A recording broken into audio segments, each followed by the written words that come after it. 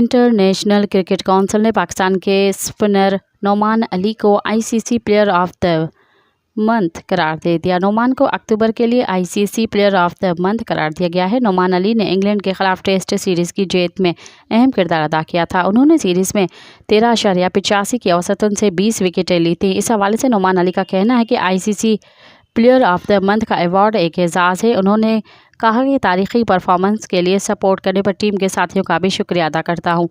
वाज़ेह है कि आईसीसी ने अक्टूबर के प्लेयर ऑफ द मंथ के अवार्ड के लिए नोमान अली का केसिव रबादा और मिचेल सेंटर्स को नामजद किया था। दूसरी तरफ इंटरनेशनल क्रिकेट काउंसिल ने ख़वातीन में न्यूजीलैंड के allrounder Melie Kerr ICC player of the month करार दिया है।